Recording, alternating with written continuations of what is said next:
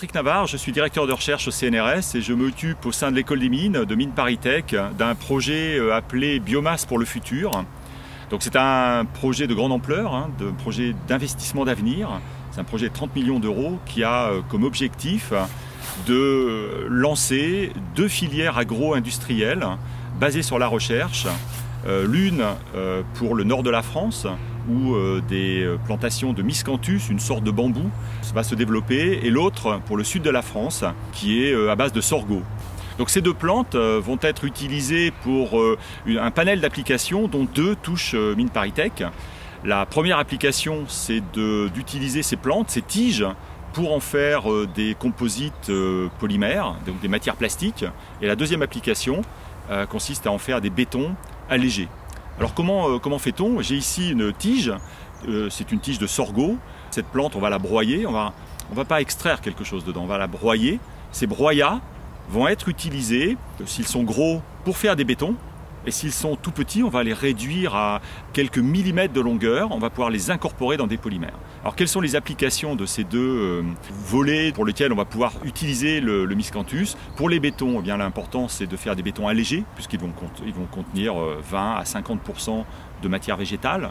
Alors, ça permet d'éviter de casser le dos des maçons, mais ça permet aussi d'avoir des produits qui vont être, tout en étant résistants, vont permettre d'avoir des propriétés d'isolation thermique et d'isolation acoustique améliorées. Pour ce qui concerne les polymères, donc les matières plastiques, là les applications sont dans le domaine de matières plastiques allégées, là aussi.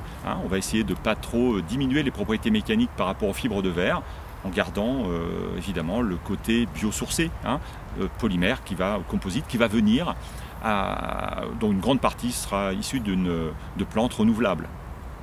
J'aimerais ajouter que ces 2 plantes, notamment le miscanthus, pousseront essentiellement, pour ne pas dire exclusivement, sur des terres qui sont impropres ou pas très intéressantes pour produire de la nourriture. Les applications visées devraient voir le jour dans 2 à 3 ans maximum. Et pour la construction individuelle, pour le béton, et pour incorporer dans des voitures des pièces issues de ces nouvelles technologies. Le projet, lui, inclut une trentaine de partenaires. Il y a évidemment beaucoup de partenaires industriels, puisqu'ils participent à hauteur de 2/3 du financement.